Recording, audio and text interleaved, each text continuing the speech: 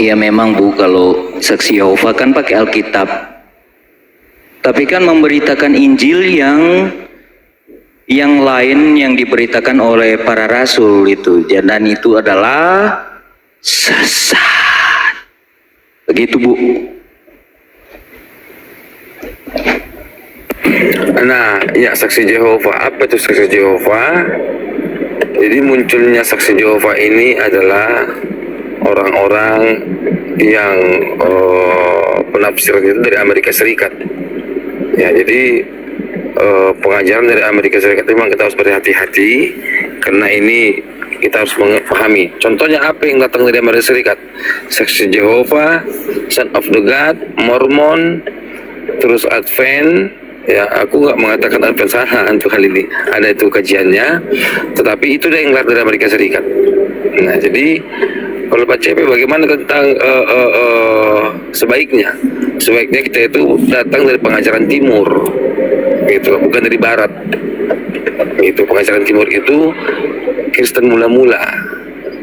Itu Bu ya. Jadi saksi Yehova itu mereka itu memang memakai Alkitab kita, lalu mereka merubah isinya sesuai dengan semau mereka. Gitu. Jadi saksi Yehova itu nggak punya kitab suci. Mereka itu menggunakan kitab suci kita, lalu terjemahannya mereka ubah-ubah sesuai dengan mereka mau. Itulah sesatnya saksi Yehova itu. Kalau ada nanti saksi Yehova masuk rumahmu, siram pakai air panas gitu. Itu Bu ya. Apalagi Ibu? Karena jujur Bang, beberapa hari ini sudah 1 bulan mungkin. Dalam 1 bulan ini sudah beberapa hari mereka ada sih yang datang. Ya mereka suka jalan-jalan ke rumah-rumah kan, memberitakan Injil seperti itu. Makanya Abang tadi bilang siram dengan apa? Jadi maksudnya itu memang nggak harus diterima atau gimana itu? Memang nggak harus ya? Karena Ibu nggak ada ini, karena gini. Kalau ada saksi Yehova gitu ketemu sama saya, kuladenin gitu loh, kuladenin. Aku nggak menghindar karena aku sudah memberi pemahaman yang kuat gitu loh. Tetapi bagi orang pemahamannya masih kurang, nanti jadi terpengaruh gitu loh. Mendingan jangan disiram pakai air panas aja mereka. Gitu. Tapi kalau bagi saya, kuladenin. Aku pernah debat sama saksi Yehova.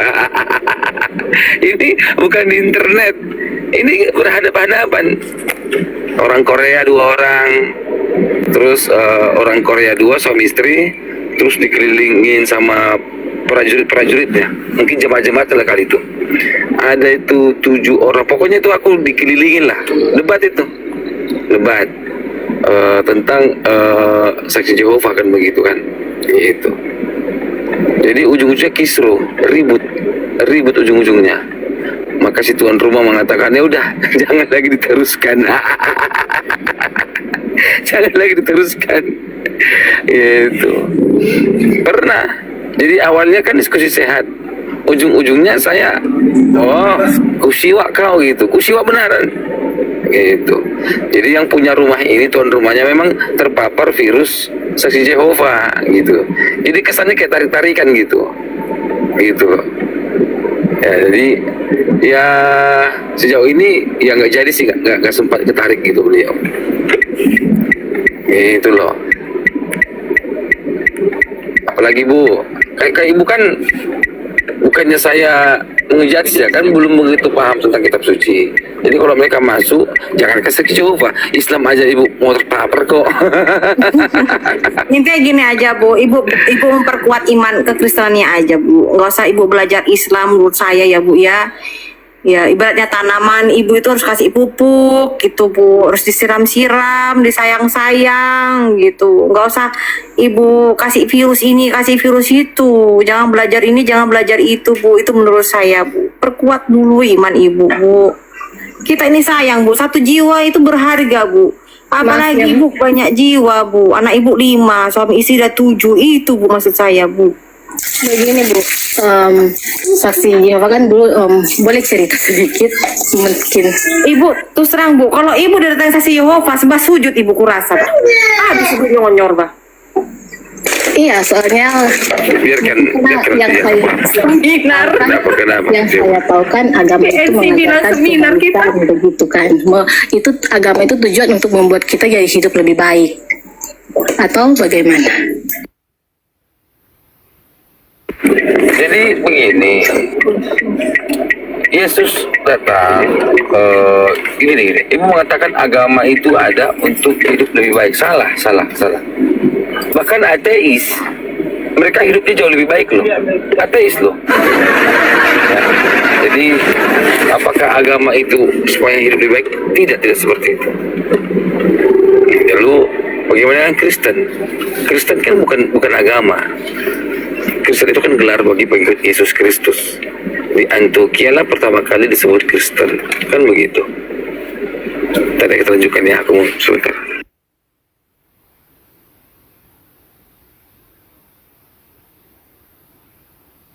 Itu kan untuk tujuan untuk hidup yang kekal itu kan.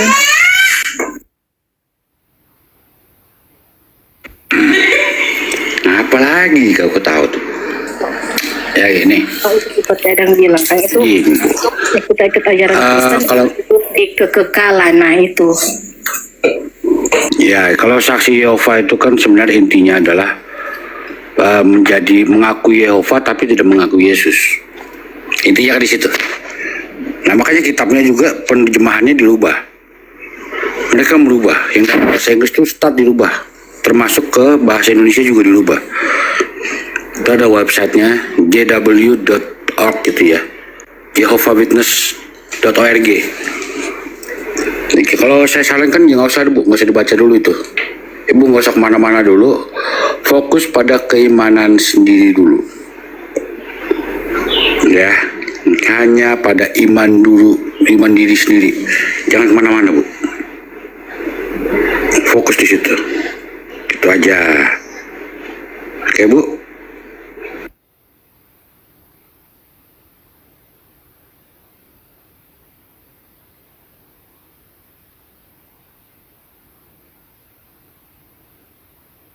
Ya ibu perdalam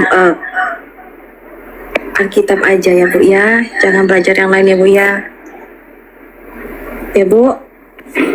Ayo, apa lagi? Nah, aku lanjutkan ya. Aku lanjutkan ya. Nah, jadi agama itu bukan membuat hidup lebih baik. No. Bukan. Jadi faktanya Islam datang bukan membuat lebih baik, malah semakin berantakan itu manusia dibikin dia. Ya. Jadi Islam datang untuk merusak tatanan yang ada di bumi ini. Orang sudah enak di Bali santai-santai, datang mereka, duar. Nah itu. Terus kita lagi Natalan, mereka meeting. Apa hasil meetingnya, rapatnya? Membuat tanggal 25 Desember Hari Mualaf Internasional. Bikin ribut mereka itu. Kita merayakan tahun baru 1 Januari, mereka meeting. Hasil meetingnya haram membunyikan petasan. Jadi ngapain pun Kristen pasti haram. Jadi Islam ini datang merusak tatanan yang ada di dunia ini. Ya, jadi apakah agama itu membuat hidup lebih baik? Tidak. Itu loh ya. Nah, lalu kalau dikatakan tentang Kristen, saya katakan tadi Kristen bukan agama. Kita adalah pengikut Kristus. Nah, pengikut Kristus inilah tanda kurung Kristen gitu loh. Ya, jadi apakah Yesus datang itu untuk tentang kehidupan di dunia? Tentu tidak. Kita lebih kepada kehidupan yang kekal. Yesus datang bukan untuk hal yang sementara, hal yang fana, bukan. Tetapi Yesus datang kepada hal yang kekal. Jadi gitu ya, tetapi jangan khawatir. Walaupun Yesus datang untuk hal yang kekal, dia bakal memberi kita makan, mempercukupkan kebutuhan kita, gitu loh, di dunia ini. Itu Bu ya. Ayo apalagi, silakan.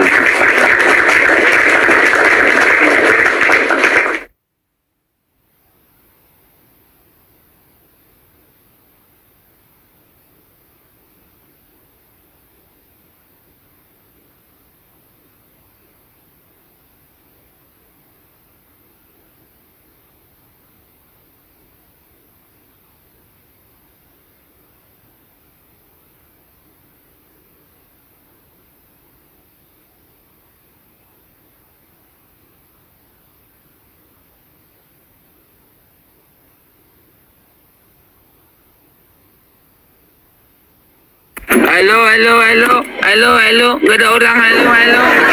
Wah, Tadi abang yang mau jelaskannya. udah aku jelaskan. Enggak kedengarannya atau kena mute, gimana sih? Kan sudah aku jelaskan tadi. Tenang bang, sabar. Oh iya, ada mobil sebentar. Ayo silakan, Anda lagi.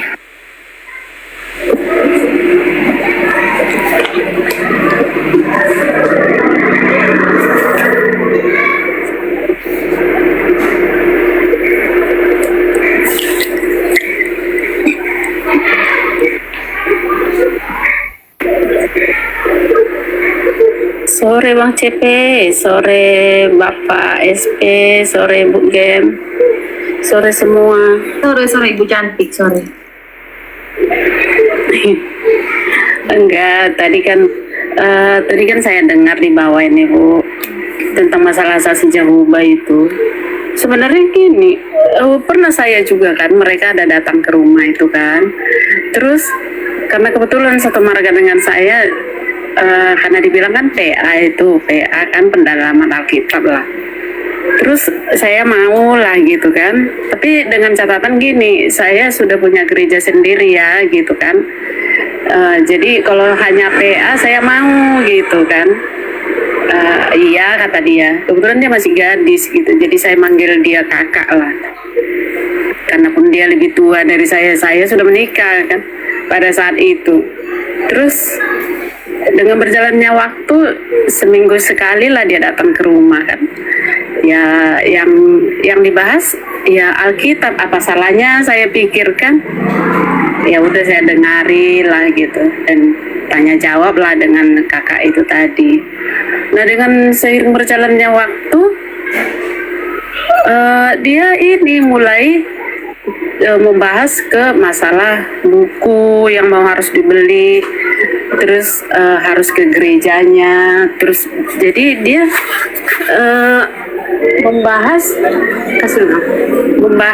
itu supaya kita jadi membernya mereka gitulah ya. Kalau dibilang jadi jemaatnya ya enggak. Nah kebetulan tetangga saya juga ada gitu di mereka itu loh, saksi Jehovah gitu. Terus nah setelah saya tahu ternyata mereka itu beda pemahamannya tentang keselamatan gitu lah. Terus lama-lama saya suami juga marah kan. Terus suami bilang, udah berhentilah, nggak usah itu. Dari dulu udah saya bilang nggak usah ikut-ikut. Tapi karena mama ini kan sebelum terjadi kan kadang-kadang ngeyel gitu. Ya udahlah, kan cuma PA gitu.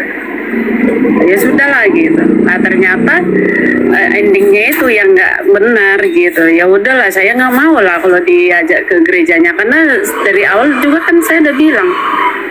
Tapi mereka itu ngotot gitu loh, ngotot supaya kita ke gerejanya. Nah banyak dalilnya lah, dia bilang harus begini, harus begitu. Jadi seolah-olah mereka itu yang paling ini dari antara gereja-gereja lain gitu lah.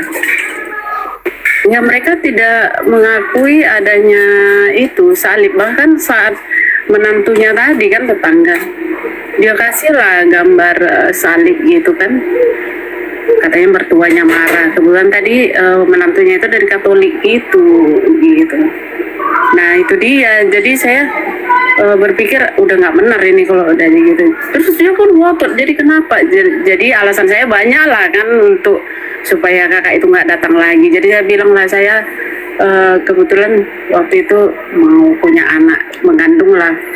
Saya nggak tahan cerita lama-lama gitu. Ya udah lama-lama dia pun karena mungkin merasa udah ditolak, terus dia nggak mau lagi gitu loh. Jadi untuk ibu tanda tanya, sebenarnya nggak ada artinya. Nanti mereka malah ngeyel gitu loh. Kalau misalnya ibu tadi memulainya, nanti di akhir ibu yang kewalahan untuk menolak mereka gitu loh. Jadi lebih bagus di awal nggak usah di itu gitu loh. Itu pengalaman saya di Sasi Jawa. Tapi saya belum sempat ke sana ya, cuman hanya mau PA-nya aja saya apa. Tapi mereka harus beli buku lah. Nah ujung-ujungnya duit juga, karena kan mereka kan kekurangan member juga kan. Gitu loh. Kalau saya di Sumatera mereka punya tapi sekarang udah kurang mereka jalan-jalan ke rumah-rumah. Kalau di tempat kami Bu, mereka kasih buku gratis loh. Anak-anak juga dia mau ajak, katanya anak-anak sering dibawakan makanan seperti itu. Itu aku heran, kenapa mereka sampai mengorbankan waktu, uang segitunya mereka itu datang. Karena waktu itu kan saya masih kurang paham, jadi saya welcome dengan baik-baik beberapa kali. Terakhir mereka bawa makanan buat anak-anak, mereka kasih buku yang anak buat, katanya buat pelajaran anak-anak. Organisasi ya udah ada dananya, mendanai ya Bu ya, mereka itu didanai. Tapi endingnya Bu Gem, mereka itu nanti akhirnya setelah kita sudah terlena dengan itu, kita jadinya kan terpatri di situ kan. Terus kita mau mundur nggak mungkin lagi. Jadi kan karena kita sudah nyaman di situ, akhirnya ya kita lama-lama itu. Nah itu yang pengalaman saya di situ gitu loh. Ya akhirnya mencari jiwa, Ibu nantinya mencari jiwa lagi gitu loh, mencari pengikut. Itu bentuk itu rayuannya mereka gitu. Setahu saya ya, karena tetangga saya ada yang jadi ibaratnya ketuanya ya di Sasi Yehova itu nggak jauh di rumah saya Bu. Satu kepala itu dikasih hadiah tuh 10 juta satu kepala. Iya. Jadi gimana caranya mereka dengan keberhasilan mereka untuk mencari jiwa-jiwa itu, dan kalau sudah dapat mereka akan disekolahkan dan dibiayain, dikasih laptop, dikasih handphone, mereka akan disekolahkan. Kalau ditinggalkan dikasih biaya juga, seperti itu Bu. Jadi terorganisir kayak gitu Bu. Iya, mungkin di tempat Bu Gembala dia masih sedikit gitu. Tapi kalau di tempat saya ini kan mereka udah mulai besar itunya gitu loh. Mereka gedungnya mereka itu gitu. Jadi kebetulan yang tetangga saya itu kan berhubungan marga dengan saya manggil mertua gitu. Nah saat meninggal mertua saya itu, ya kita yang Protestan, karena kan berpikir gini, daripada sepi gitu. Nah keluarga dia kan masih ada yang Protestan, jadi dibuatlah lagu-lagu itu kan, lagu penghiburan lah, lagu untuk ini kan nggak layak. Diusir sama itu mertua saya itu, abang dia kandung diusir. Jangan kau buat masalah agamamu di sini ya katanya. Inilah agama kami, jangan kau urusin gitu loh. Jangan kau bernyanyi di sini gitu. Diusir abangnya karena itu. Jadi mereka STM nggak masuk. Intinya mereka kok bersosial di ranahnya mereka doang gitu loh. Tidak bisa masuk ke ranah orang gitu. Orang lain tidak bisa masuk ke ranahnya mereka. Hanya mereka keliling-keliling juga mencari jiwa gitu. Nah, semua anggotanya itu tadi mencari jiwa, makanya mereka jalan sepanjang. Tapi sekarang ini udah berkurang, kayaknya nggak ada lagi. Karena mungkin orang kan semakin sadar, karena sekarang ini kan banyak media sosial yang membahas masalah itu. Kalau dulu mungkin kan orang masih awam dengan masalah sekte itu kan. Tapi sekarang ini kan mereka sudah paham, orang-orang sudah paham, jadi nggak enak pesan makan ya, yang itu kan ada mereka kasih buku, saya baca itu kan ajarannya sama banget tuh, yang di buku itu mengenai penciptaan sampai tutup Yesus naik ke surga itu sama loh. Tapi mungkin lebih tepatnya Yesus mereka tulis itu Tuhan, bukan Tuhan. Itu mereka begini, sebentar. Nah ya, jadi mereka itu memakai Alkitab kita lalu menafsirkannya Yesus itu bukanlah sebagai Tuhan yang Tritunggal itu, bukanlah firman yang Tritunggal. Mereka berkata Yesus itu adalah nabi biasa, malaikat terang, gitu loh ya. Jadi itu di luar dari keimanan Kristen, gitu loh. Bahkan para rasul juga mengajarkan pada kita dengan iman di mana Yesus adalah firman yang menjadi manusia. Gitu. Yesus mengatakan, akulah Alfa dan Omega dalam kitab Wahyu. Jadi semuanya sudah terkunci dengan iman Tritunggal itu. Tetapi mereka mencoba menafsir-nafsir sesuka hati mereka. Nggak hanya saksi Yehova, Wanis juga begitu. Mengatakan Bapak Yesus itu adalah Bapa. Ya itu ya. Ntar aku pakai soundcard biar enak aku menjelaskannya. Terus sudah lah membahas masalah sesi itu ya Pak. Enggak, saya gini Pak Cipe, dari kemarin saya mau tanya gitu, karena saya ada dengar di tempat apologet, karena semua apologet saya ikutin gitu. Kalau misalnya Pak Cipe apa saya tahu gitu. Jadi saya dengar masalah, mungkin udah sering juga saya typing, Pak Cipe tolong dong dibahas masalah sakramen itu gitu. Karena kan yang saya dengar gini, kalau saya berpikir mungkin di perjanjian lama dia tidak membahas itu, di perjanjian baru sudah mereka ini gitu. Masalah sakramen apa, krisma ya Bu Gen. Itu jadi itu yang saya pertanyakan itu Pak JP. Sakramen itu di Protestan ada 2, di Katolik ada 7, gitu. Jadi mau apapun sakramen itu tergantung pemikirannya masing-masing. Kenapa saya problem masing-masing? Jadi itu kategori-kategori itu adalah sakramen, itu kan tafsiran masing-masing. Tetapi yang wajib kita ketahui adalah baptisan dan perjamuan kudus itu nggak boleh kita tinggalkan, nggak boleh tinggalkan itu. Iya. Nah yang saya tahu juga kan itu Bang Cipe. Protestan menarik kepada 2 sakramen itu, baptisan dan juga perjamuan kudus, itu nggak boleh tinggalkan. Nah, tapi kalau contohnya pernikahan kudus segala macam, kan nggak semuanya itu orang bisa nikah.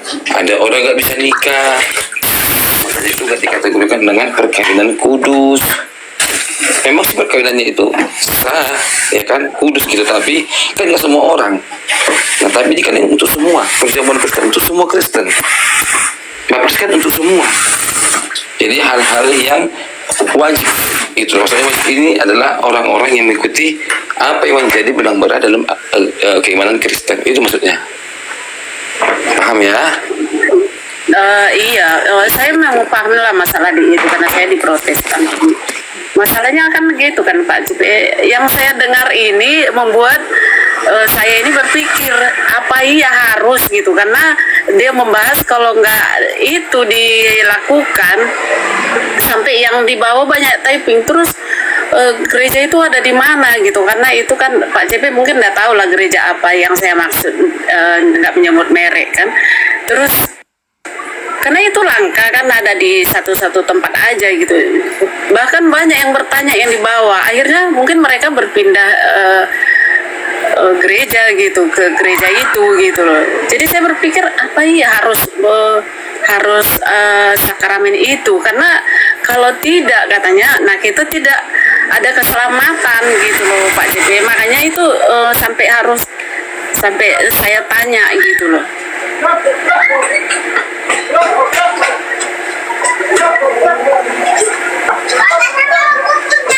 Jadi dia bilang semua Kristen, semua anak pengikut Yesus harus. Kalau tidak, ya gimana dong kalau seorang Kristen itu tidak ada sakramen itu gitu loh. kata dia gitu loh, kata apologet itu tadi. Nah, itu yang menjadi pikiran saya, ya tidak selamat.